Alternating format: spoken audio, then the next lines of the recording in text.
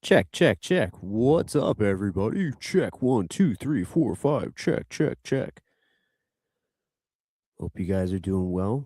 Going to be joined by my boy, Travis Hayden, in just a little bit. Hope you guys are doing well. This is a back to back, belly to belly, Thirsty Thursday. Where's my water? Got it handy. Thirsty Thursday, Octagon. So hope you guys are doing well. Let's get the party started. It's time to step inside the Octagon with your host, Ike Feldman.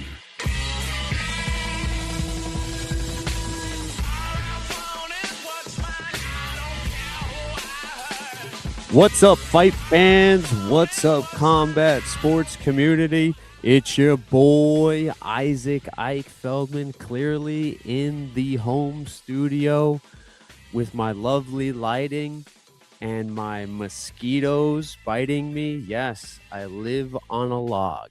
That's right. Ike live from the log.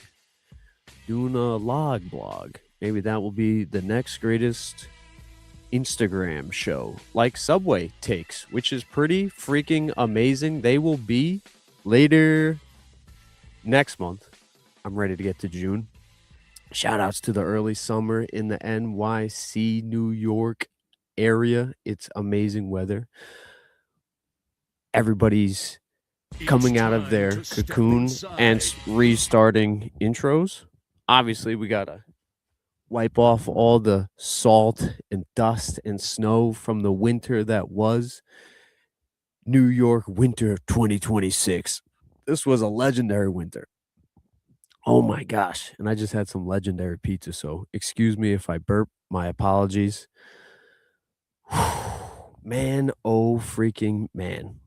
What a time. What a time to be alive. If you are a true to heart combat sports fan, seriously, legitimately, if you love all things combat sports, whether that's kickboxing, jujitsu, MMA, and all of MMA, not just the UFC, but what Netflix and MVP promotions are trying to do, you gotta love where we're at in the state of mixed martial arts. I had the freaking Netflix MMA banner here. Somewhere. Let me show you. I definitely have banners. That's a UFC White House banner. This is Usyk Verhoeven. And for all the new boxing fans who have zero idea how to pronounce Rico's name, Rico Verhoeven. I've heard Verhoeven, Verhoeven. People are unfamiliar with his body of work, what he's done for martial arts, specifically kickboxing. So I'm here to tell you that greatness that we saw this past weekend in Egypt in front of the pyramids was nothing short of amazing, but also part of the plan if you were a Rico fan and in the Rico camp, because they went in there tremendous confidence, tremendous self-belief, but also big time work.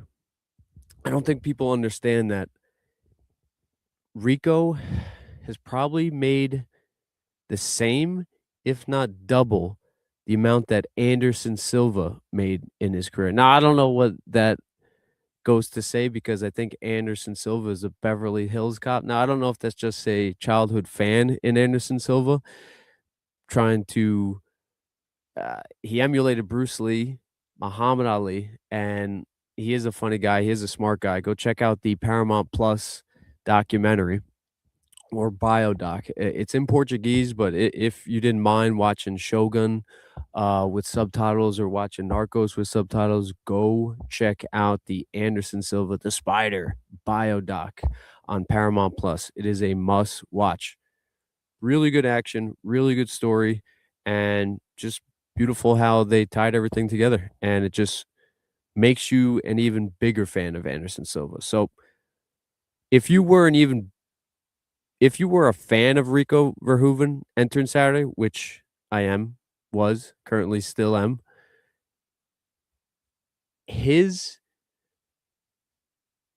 What he did on Saturday just makes you appreciate him even more. And it makes me regret the one time in my career that I have overslept for an interview. Yep, yep, yep. And at the time I was like, there's no way this could come back to bite me. But turns out years later, Rico Verhoeven is one of the biggest stars in all of combat sports. And shout outs to New York Rick, Arrow Hawani's producer, who set up that interview in studio. Rico was at the CBS radio studios waiting to be interviewed by yours truly. But yours truly was yours drooly. I was definitely passed out, definitely sleeping, and missed one of the biggest interview opportunities of my career. But I am more than happy that if I had to sacrifice that interview to see what Rico did on Saturday against the undisputed heavyweight champ and still remaining undefeated champ, it was worth it. We already got the chat going. What's up, chat? Thank you for jumping in. How am I doing? This is not a meet and greet. This is what do you want to talk about? What you got any questions?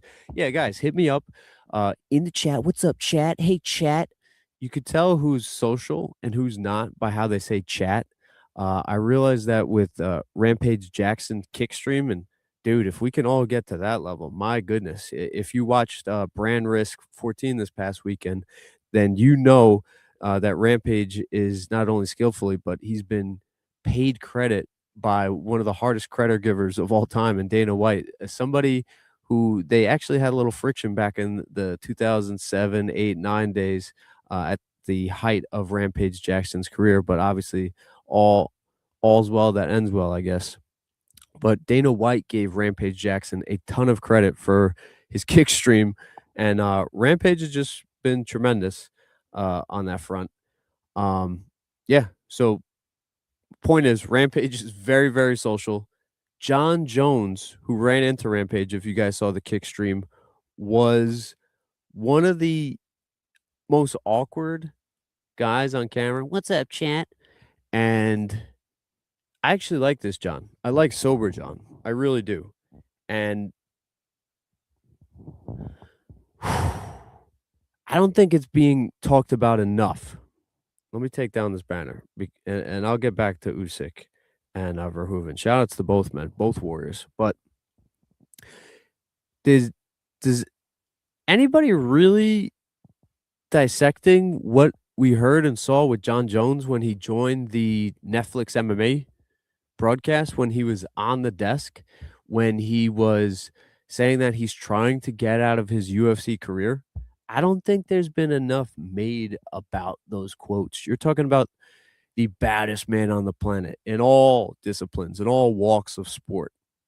In John Jones, who is literally on the rival broadcast to the UFC, where he's under contract, apparently, where he just knocked out the greatest heavyweight of all time in Madison Square Garden in front of Trump, does the Trump dance. John Jones, when that happened, you could argue top 3 star in the sport, obviously paid his dues, but never broke through to that level of like a Conor McGregor or a Ronda Rousey or Brock Lesnar or Max Holloway, Nate Diaz, Jorge Masvidal, until that knockout of Stipe Miocic in Madison Square Garden. What was that, 2024, I believe that was? And that guy, this would be like an Alex Pereira if he spoke English. I mean, this would be like we've heard it from Conor all the time, the difficulties that he has with negotiations with the UFC. I'm surprised they got this fight done. Shout outs to New York Rick before with the Rico, but also New York Rick states that the UFC will never let Conor McGregor fulfill his 2 remaining fights on his contract. That he will fight this fight, maybe iffy, sort of, against Max Holloway, and then he will be locked up. My hope is that okay, so they never, and guys, I'm just we're bouncing on the lily pads. Don't worry, Travis will keep things in order, in line, no doubt, when he joins. Um, because I guess I have to let him speak. So I guess I have to listen to what he has to say.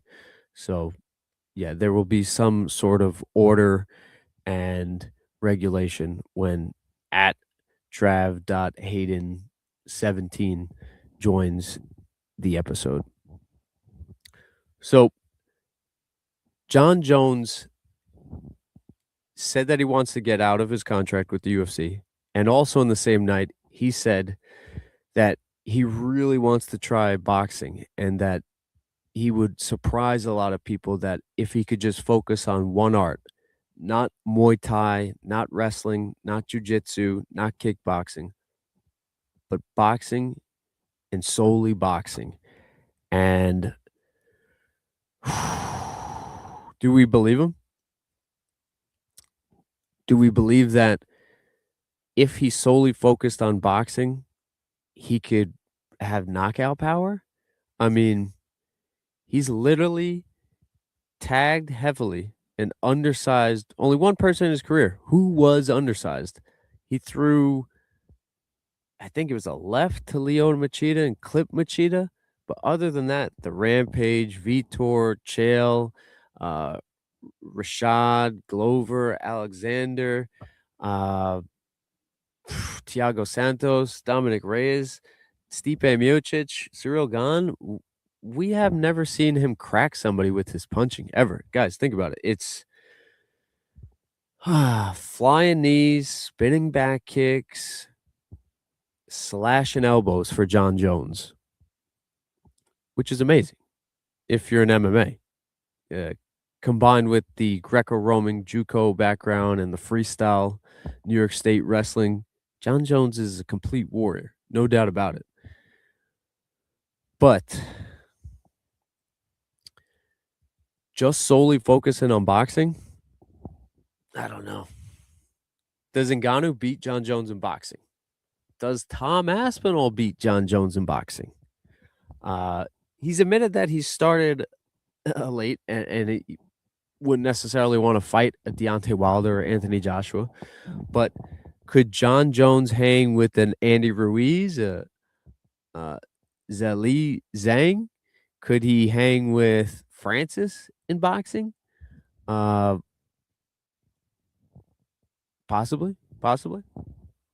Now, Francis, everybody's questioning the heavyweight division and that it's the worst it's ever been. I'd argue the heavyweights, the world-class heavyweights that we have, it's the best it's ever been. They're just spread out all over.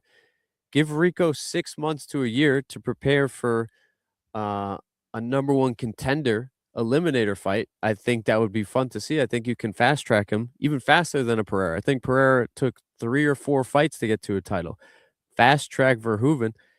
And if Usyk, if anybody watched the movie The Smashing Machine, shout outs to The Rock and the Shafty brothers. If anybody watched that, Usyk threw a spinning wheel kick. And I don't know how long he's been throwing kicks. I don't know if he just did it just for the movie role, but Alexander Usyk looked like a kickboxer in The Smashing Machine. If you haven't seen it, go check it out. Big props to Usyk. Hey, I would. I don't think Usyk would take it, especially consider how well Rico did in just a straight boxing match. But if you wanted to do Usyk versus Rico 2 as a kickboxing match, I'd tune into that. If you wanted to do Usyk versus Ngannou in a kickboxing match, Ngannou does not throw that many kicks. I think Usyk, if the money was like the same as Rico, I think he would take that. It seems like, and I love what Turkey's doing, the ultimate fan. It seems like there is a plan for Usyk following this fight in the pyramids, this amazing, colossal success. So he's taken up. The fight that I would love to see next is Rico Verhoeven versus Francis Ngannou on Netflix MMA. And I don't think you have to stack it as much as you did the first time around with Nate Diaz, Mike Perry, and Ngannou and Lins underneath Rousey and Carano. It was a great way to kick it off and very smart strategically to get a lot of attention, a lot of eyeballs. Shout outs to Nikisa and Jake and all of the MVP promotions team, Liz, Mike, everybody who's running the show, managing all the craziness. Us media people are fucking crazy. So thank you guys for doing what you're doing. Much appreciated. And we're also learning the origin story of Nikisa. He was the CFO, Chief Financial Officer for the UFC right around I think he got an award for his role in the sale of the UFC in 2016 July, if I remember, for was it $4.4 billion when the Fertitta brothers handed over the keys to Ari Emanuel and his son. Go check out the Mount Rushmore show that they do. It's phenomenal. Point is that Nakisa Badarian was part of that instrumental time in the UFC with the height and the peak, absolute white hot Conor McGregor, and then the sale, and then the ESPN negotiations a few years later. So Nikisa was right there in the mix, and I would argue that his skill set may be even more engineered towards MMA because he knows the game. Yeah, they've set the precedent and go by their own rules and beat to their own drum in MVP with really paying attention to the women's side of boxing, which I wouldn't be surprised if Nikisa had to do with women's MMA when he was at the UFC, because look what he's doing for women's boxing. Holly Holm and Stephanie Hahn have a fight this weekend, and I don't care who wins because it's a win-win situation for me as a boxing and a mixed martial arts fan. Hear me out. If Holly Holm wins, she could fight Amanda Serrano. Damn, she wins big. Maybe she's brings her American Irish heritage to Ireland to take on Katie Taylor in Croke Park. Or you could do Holly Holm says, I'm a champ here. Let me run it back with Ronda. And if Holly loses, then the Ronda fight's right there anyway. And Ronda, she's talking about writing history right. Beating Holly Holm off after beating the woman that was this super fight, this all-time women's super fight in Carano, which she did handily, not fixed, you fucking morons. I'm sorry. Do not say it's fixed. Don't they say in the NFL that there's script plays? The first drive is scripted, 8 to 12 plays. It's like, why would Ronda not execute what she's been practicing? Isn't when you hit a home run. Don't you practice to hit home runs? Don't you practice to throw touchdowns? She practiced a takedown and then an armbar and getting the job done inside of a minute, which has been her MO for her entire career. Please stop. You guys are killing me. Stop with the conspiracies. Please. My goodness. My freaking goodness. Oh. What else? What else? What else? How you guys doing? Appreciate you guys for tuning in. Knicks are on freaking fire. If you are a Knicks fan, reach out on the chat. Tell me your finals prediction. Oh, let's see. NBA. We got the Spurs are up on the Thunder. I wonder if that's why Travis is late. I have one Spurs fan in my life, and then Travis is now the second. And then randomly on the street in New York City, I heard of another Spurs fan. They're coming from everywhere, from out of the woodwork. There's Spurs fans everywhere. Now, can a Spurs fan argue the same thing about us? That Timothy Chalamet and Ben Stiller and Tracy Morgan are the front running bandwagon Knicks fans? You could say that about Ben Stiller because he's a bit older than Timothy Chalamet, and he's always lived in New York. And there's no reason why he couldn't have been at a Isaiah Thomas, Derek Fisher, Steve Hornacek, Phil Jackson run Knicks game. Uh, did he think he was too good for the Knicks, or is there footage of him back in the day over the dark ages as a Knicks fan? Shout outs to Ben Stiller doing the Severance show. I have not seen it, but I will have to. So, anyway, being joined very shortly by a Spurs fan, my boy Travis. Uh, interesting fella. Interesting fella. The Spurs right now, live update, second quarter, 55-43. They are home. Yeah, everybody's saying this is going to go a game 7. I'm going to lounge back. Oh, been leaning forward for you guys.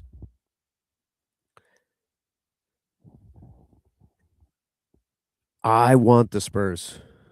Give me the Spurs. According to the reconnaissance that I've collected, I don't want to face SGA. 1, back-to-back MVPs. 2, he's trying to go for back-to-back championships. 3, Thraw. I just seen the montage where he was flippity-floppiting. In the same game, he must have fell 20 times on shots. And I don't want to face a guy who is a master flopper. I know, I had to look around before I said master flopper. I don't want to face a guy like that. Personally, I think Towns has been in the best temperament I've ever seen him in. Of course, you're up by 50, you're up by 40, you're up by 30, you're up by 20. You're sweeping, you're sweeping, you're sweeping. Um, yeah, you better be in a great temperament there. The only thing is, if he plays SGA and OKC, forget about the emotional aspect with the Hartenstein coming back to the Garden, and it's been a long time without you, my friend. They're gonna play the song that the commercial that they did with DiVincenzo in the Knicks, but Hartenstein was part of that core Knicks squad that was coached by Tom Thibodeau. Shout outs to Tom to get us to this point. But Hartenstein, Brunson, Hart, DiVincenzo, Anunoby, Mitchell Robinson, the core that got the Knicks going, and then obviously DiVincenzo left. They bring in Mikal Bridges, Hartenstein, Julius Randle. I forgot about Julius Randle. I appreciate you, bro. Thank you for turning the franchise around. Appreciate you, bro. Yeah, Julius Randle left, and then you bring in Cat, Mikal Bridges, uh, the bench, Clarkson, Alvarado, Shalamat. The team has never been in a better place in the last 5 years. And credit to Leon Rose. I have no idea if he's white, black, purple, maybe a purple green mix. All I know is that he is the savior of the Knicks franchise. And James Dolan has gone from death threats to being cheered and revered by the Knicks fans. I'm going to go to my first Knicks watch party next week. Very excited to just be in the mix and enjoy this time that we're in as a Knicks fan and a New York sports fan. It's been a tough go. I'm a Knicks, Mets, Jets, Islanders fan. And literally, the reason why I just poured my attention wholeheartedly into fight sports was because the Mets the John Neese, Bobby Parnell, Braden Looper Mets that were just absolute pitiful. And I was like, oh, you can watch a sport where you root for a champion every 3 to 4 months. Oh, and who's this guy? John Jones coming up in the rankings. Oh, I like this John Jones guy facing a Vladimir Matsuchenko or Brandon Vera or Ryan Bader or Shogun Hua. I was like, oh my God, I love this sport. It's amazing. Anderson Silva, Chris Weidman, Frankie Edgar, BJ Penn, Matt Serra, GSP. Uh, just amazing, amazing, amazing time to be a fan of the sport. And yeah, it's never stopped. Turned into a career. Shout outs to the Daily Mail. Appreciate you guys for believing in me. And yeah, to all the coworkers, the teammates, appreciate, love you guys, mad respect. Um, but yeah, everything's everything's coming into place. Feels good. So yeah, you guys got anything to say? Do I got to start pissing on camera to get some interaction? What do we got? We got who the hell is that guy? Grand G. Who are you? Please don't be a weirdo. Grand.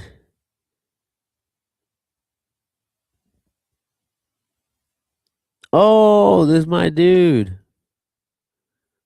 What's up, Greg? Yo, you do not get at me enough on Instagram, bro. Love your page. Yo, chat, if you are looking for one of the coolest, funnest, this deserves some freaking music. Oh, my boy Greg. We've had nice conversations. I appreciate you, bro. Thank you for reaching out. Yeah.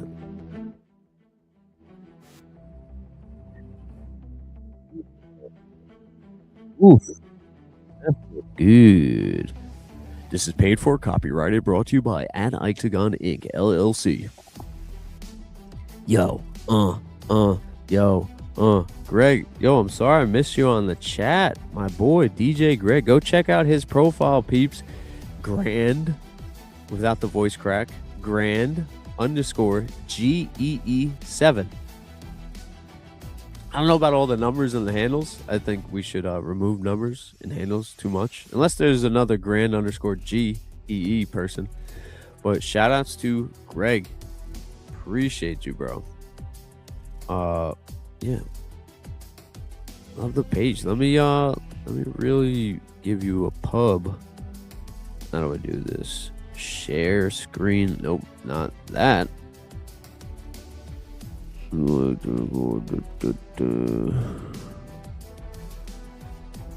Where you at? Where you at? Where you at?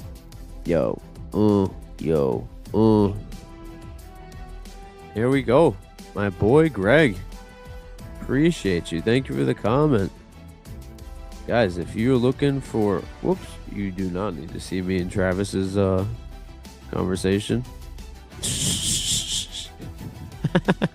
Like, yo, bet the house on the Spurs, bro. What's the live line? Travis, I almost called him Adam. That's my ex. Adam is my ex. Adam is dead to me now. I hate you, Adam. Don't text me again. Oh, you texted me. Yeah, shout outs to Adam. Shout outs to my boy Greg. Shout outs to Zach Gelb. Zach just talked with, go check out at Zach Gelb. I'm pretty sure it's at Zach Gelb on Instagram and X.com, formerly known as Twitter. Go check out Zach's page. He's going to be posting content from his Sean O'Malley interview. He said I think I should actually get Zach on, but that seems like too much work right now.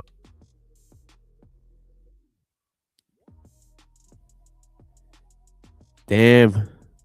I knew it. Travis couldn't make it happen.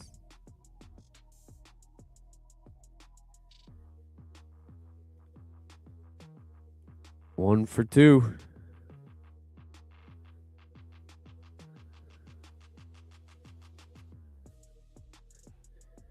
Travis, we'll try again next Thursday. No problem, bro. You guys don't have the energy to keep up. You guys don't. You guys do not want it as bad as I want it. You guys think you can record?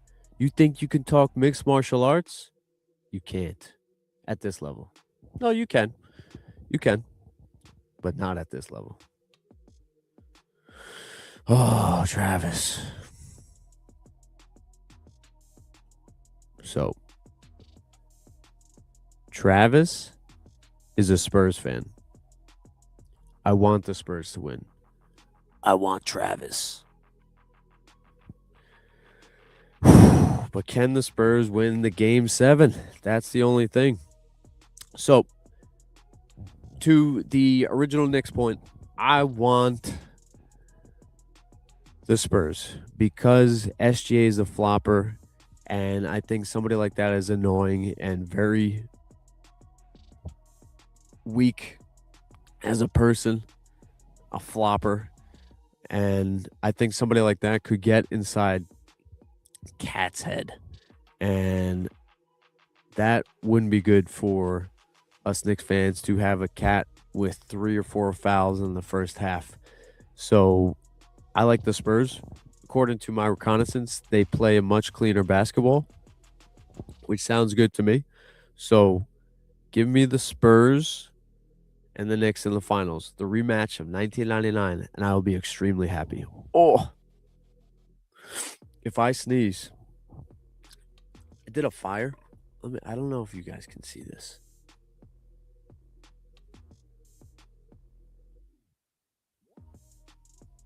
Those little amber lights on the floor, that's a fire.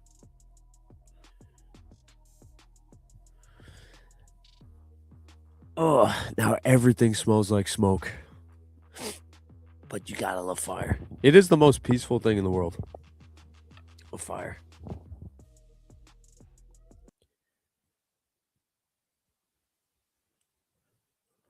Oh, all right. More about me coming up. Wish I could just scream at somebody about MMA topics.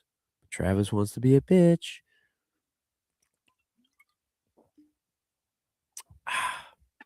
Shout outs to my boy Calvin. Appreciate you, bro. He's bringing me to places where I get this fancy, fancy water. Shout outs to Voss. It's the Voss. I just met my favorite pitcher of all time, a true artist, especially in the throwing arts. The one, the only, Pedro Martinez. Shout outs to the GOAT, in my opinion. A lot of people want to talk about Sandy Koufax having that era of dominance. But Pedro Martinez, in my opinion, especially coming to the Mets, that was my first jersey in my life. And yeah, Pedro Martinez. He will be remembered for winning championships, winning Cy Youngs, and that all-star appearance in 99 at Fenway, the Ken Griffey show, or was it the Mark McGwire show? Yeah, I think it was Mark McGwire, where he struck out 6 batters in 6 tries, 6 up and 6 down. I might have to go play MLB The Show after this. I'm getting kind of maybe I'll have to stream or do a Twitch. I wonder, can I do a video game thing, the StreamYard? Can I? How do you do that? How do you do a video game system to StreamYard? Go. Go. Anybody? Anybody? Huh? Have a clue? Oh God. Oh God. What am I seeing in the chat? So what's up with the logo? My goodness. YouTube's peeps just hating on me. Whoa. Eli Dearth Fitness. Shout outs to the work ethic. Looking solid, bro. Looking solid. What's up with the logo, you ask? Well, if you look real close, you'll see that there's 8 silhouettes, and each of them are supposed to be a different martial arts. And nobody's ever asked me this, but since we're on it, Mister at Eli Dearth Fitness, and I assume this is YouTube because I see the YouTube uh, logo. So what's up with your logo? Are you from YouTube or fucking Instagram? So I assume you're on YouTube, but the logo is supposed to be yeah, I forgot that I picked YouTube to go to. Shout outs to the chat. What's up, chat? Chat GPT. What's up, chat GPT? What's up, chat? Hey, chat, hit me up, chat. Let me know what you want to know, chat. Um, yeah, the logo is 8 martial arts. Or excuse me, 7 martial arts. Let's see if I can see it. Karate, wrestling, judo, kickboxing, boxing, jujitsu, MMA. Yeah, so 7 disciplines, I guess. And then Chuck Liddell at the end because I believe he was the first UFC superstar, Chuck Liddell. My fantasy fight of all time is Chuck Liddell versus Alex Pereira. And at Dominic Y2V, you ask, hi, how am I doing? Well, I'd be doing fucking tremendous if I had Chuck Liddell versus Alex Pereira. Can I do that in the UFC 6 video game? Shout outs to EA Sports in the UFC 6 that's coming out, I believe, in 2 weeks, right around the time with the White House. Obviously, you have the 2 cover athletes. It's just a perfect time. You have 2 cover athletes in Alex Pereira and Max Holloway, who are fighting in back-to-back events, and Alex Pereira is the standard edition, and Max Holloway is the ultimate edition for EA Sports. UFC 6, get in the game. Yeah, it looks good. I was actually just watching a video to test the Wi-Fi out here, and yeah, game looks great. This will be the first UFC that I think I buy on the release date since like what was John Jones Gustafsson was on the cover. 2014, like 12 years. Uh yeah, I didn't have a PS4. I gave up gaming in 2013. I go, "Oh, I want to get some vagina. Uh I need to get out of my mom's house." uh yeah, I was a very weird video game playing uh overweight pale guy. And then I was playing PlayStation so much that it wasn't that I had to put it away. It literally fucking broke on me because I played it too much. It burnt out. I said, "Dude, you gotta get some. Come on, we're all dry. You need to get out there, Larry. Please go." So I went to the gym, watched more fights, lost weight, got in gear, and did my thing for about 10 years. Now, I swear to God, shout outs to my boy, uh, Joe, the bro, Reyes. Shout outs to my boy Joe. My wife doesn't believe this. She goes, "What? Are you kidding me? No, what friend just sends PlayStation?" Yes, my friend Joe bought me a PlayStation. Now he's rich. Like he's like super rich. He like owns businesses and uh doing doing big things, multiple cars. Oh yeah, he's got the nicest pool I've ever been in my life. Shout outs to Joe doing the damn thing. Boys for life. Um, yo, we'll be boys till PS50. um, yeah, randomly came here. There's a fucking PlayStation on the doorstep. My wife didn't believe it. I played all my favorite games that I missed out for that entire 10 years, from like 2013 to 2023. Like the games like Metal Gear Solid, Batman Arkham Asylum, God of War, Spider Man. Holy shit, Spider Man, the 2018 version, unfucking real.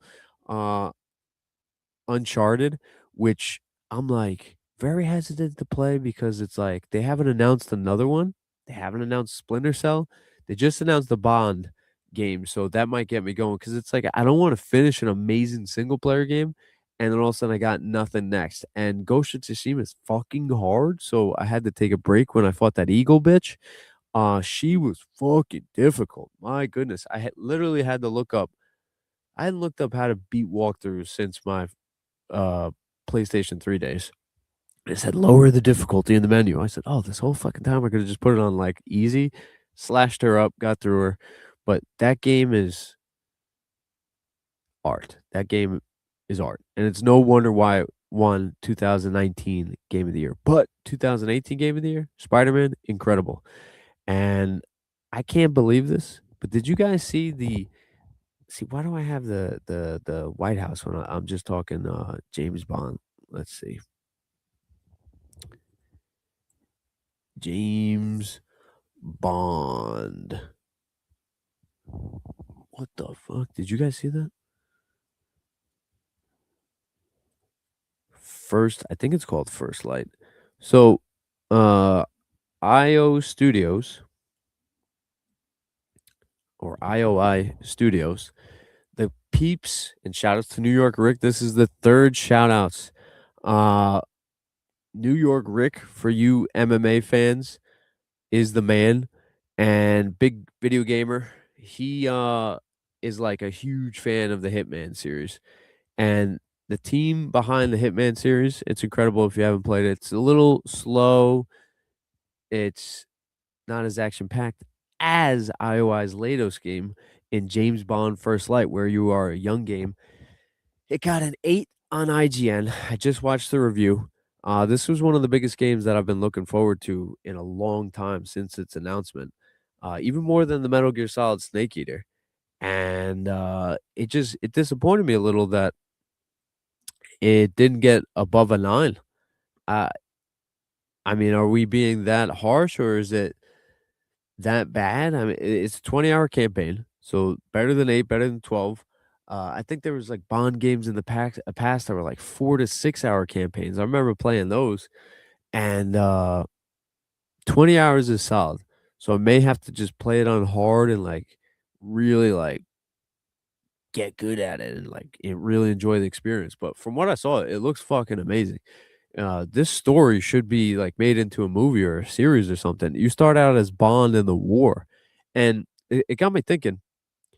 My brother told me to watch the show Pennyworth on HBO about a young Alfred, the butler to Batman, Bruce Wayne, because it's like an origin story and it shows like who he is. According to the lore or the legend, Alfred was an MI6 agent and went to the army and served, and obviously the ultimate protector to the Wayne family and Bruce Wayne.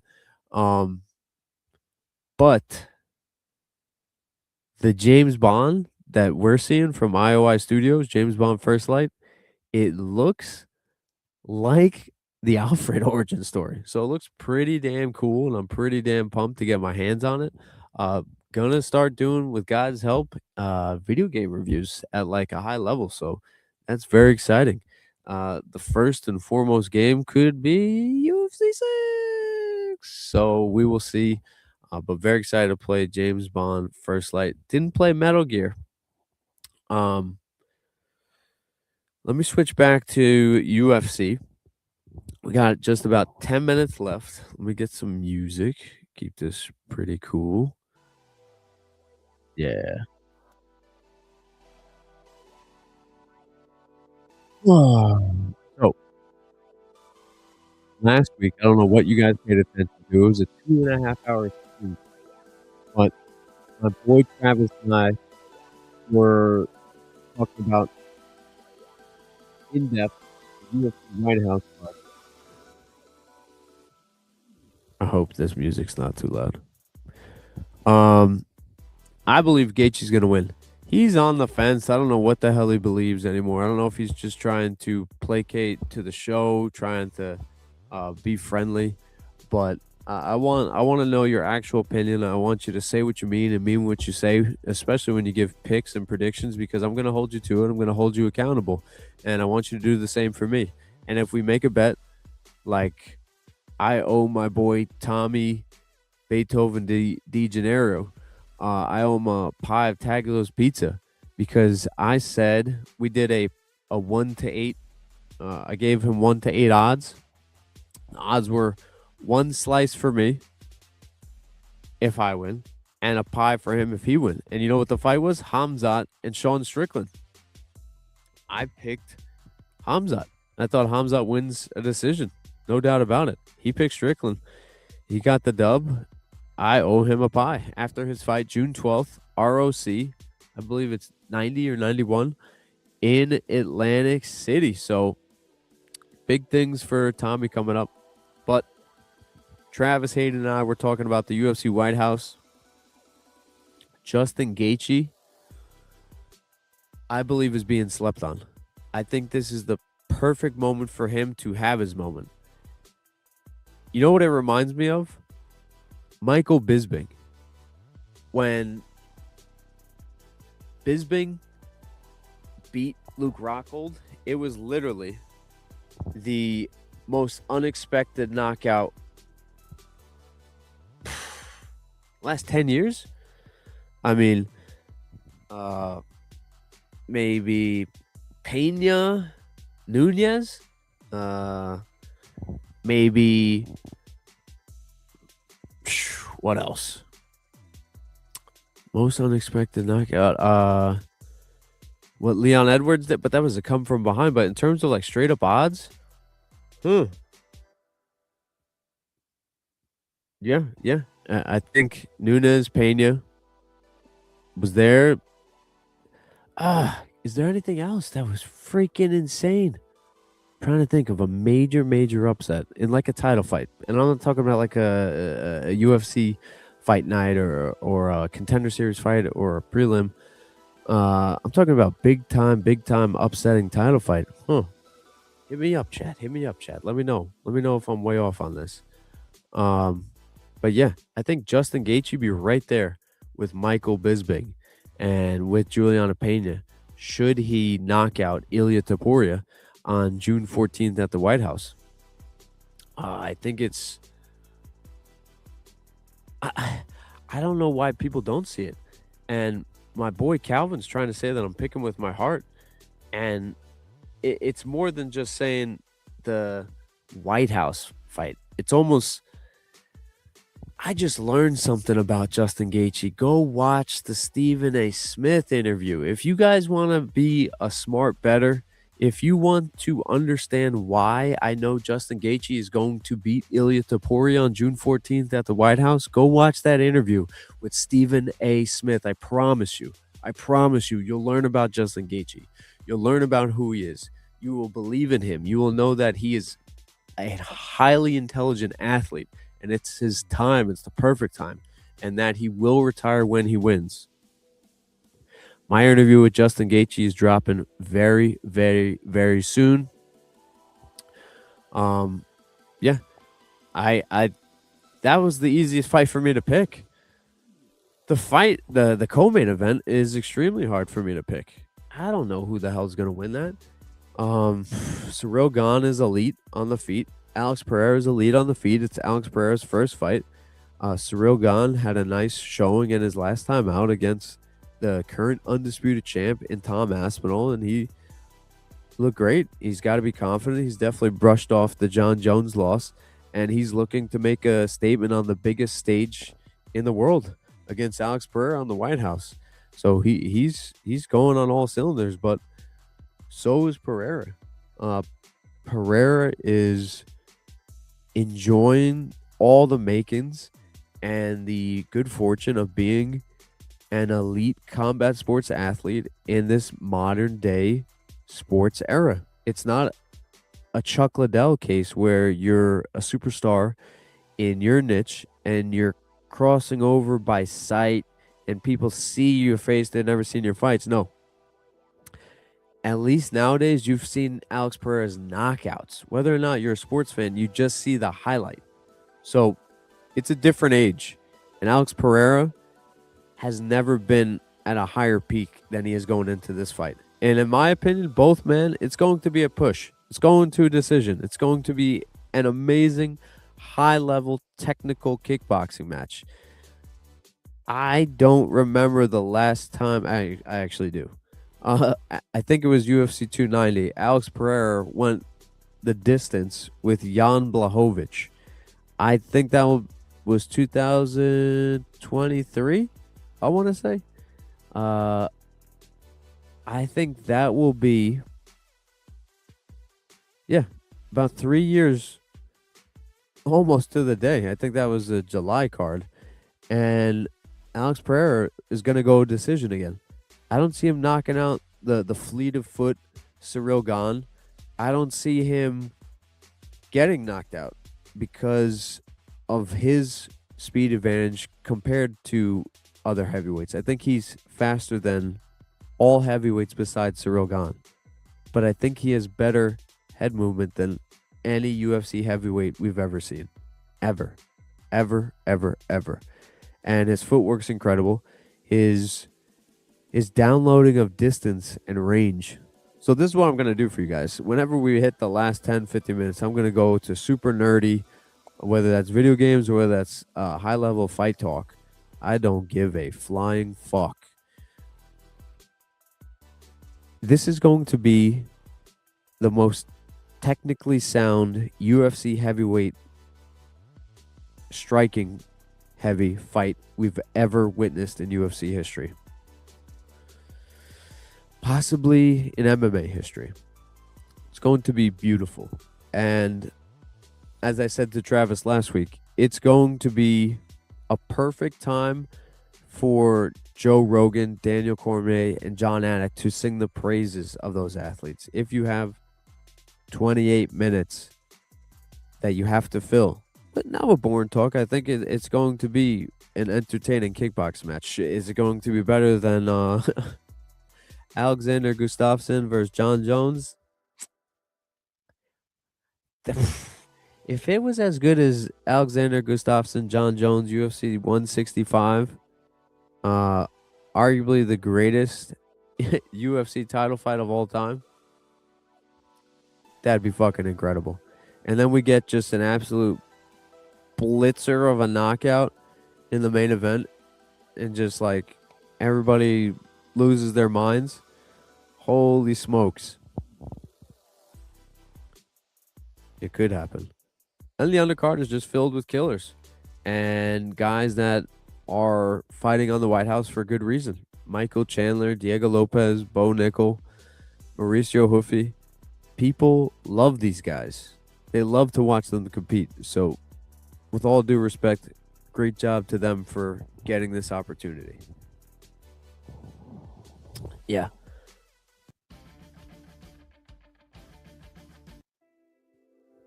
Last 5 minutes here. Oh, those are my picks again. I will give you guys those picks for several weeks moving forward until you make all your money back and you repost this video and you let everybody know the source of your knowledge. Please, those are the facts. Them's is the facts. We are the breaks. Break it up, break it up, break it up. Shoutouts to my boy, Travis Hayden, IG Travis.Hayden17. If you guys are on Instagram and you missed any part of the stream, be sure to go to the YouTube live link, full show replay, where you can see the chaos at the beginning, see the nerdy knowledge at the end, and then coast with me to a full hour of the Octagon. Things are good. I'm very excited. We're turning to June, people. We're turning to June. June 1st is like my mark every year. Just make it to June. Like, June 1st is a good date. June 1st is a great date. But summer came a little earlier than expected, which is wonderful. After the classic winter of 2026 that we made it through. My manager was saying that It was a New York record. I think 12 straight days below zero was the record. But this year, we were like 16 out of 17 days. 16, 17. Below zero. Excuse me. Yeah, no, below freezing, not below zero. But below freezing. And we got an early summer for it. And though I may sound congested, which is from the fire, I had a pretty good allergy season. Shout outs to Mama Dukes, who told me, take your allergy medicine early. Take it early, it will help you. And she was right. Thank you, Mama. Appreciate you. Who else needs a shout out? Shout outs to you, chat. Appreciate you guys. Oh, I believe my boy Calvin is on. Calvin, I appreciate you. Khaled, I appreciate Calvin and Khaled. I appreciate you, both of you, very much. Thank you, Greg. Appreciate you as well. You guys are good people. Everybody's working hard, doing well. But yet, find time to have great chats. And I appreciate you guys. I don't know what else to say. Let's see. I can say that the Spurs are up 74-64 in the third quarter. I'm not going to tune this on. I don't want to then stay on for another 30 minutes. Fun fact. I just discovered the NBA was discovered June 6th, 1941 in New York, New York. So following a World War II, New York, literally, I think the entire war wrapped in 45. We're like, man, we want to take this to the next level. This freaking basketball thing, and it has. You got NFL and basketball are the two biggest sports in the world, and maybe MMA is kind of where basketball was in the 40s. Think about it. You got the White House fight coming up. And you could look at COVID as like a war, whether it was in your mind, whether what actually affected you, whether ones that you love were affected, whether you're fighting people over it. It was a very intense period.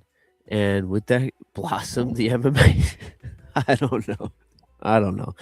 The UFC, they were the first league back in May 9th, 2020, and I believe it picked up a lot of fans. It was a smart business move by Dana White.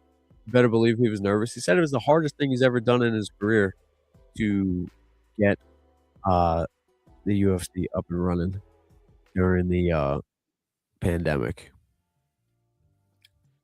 But he got it done, and we got it done, and here we are.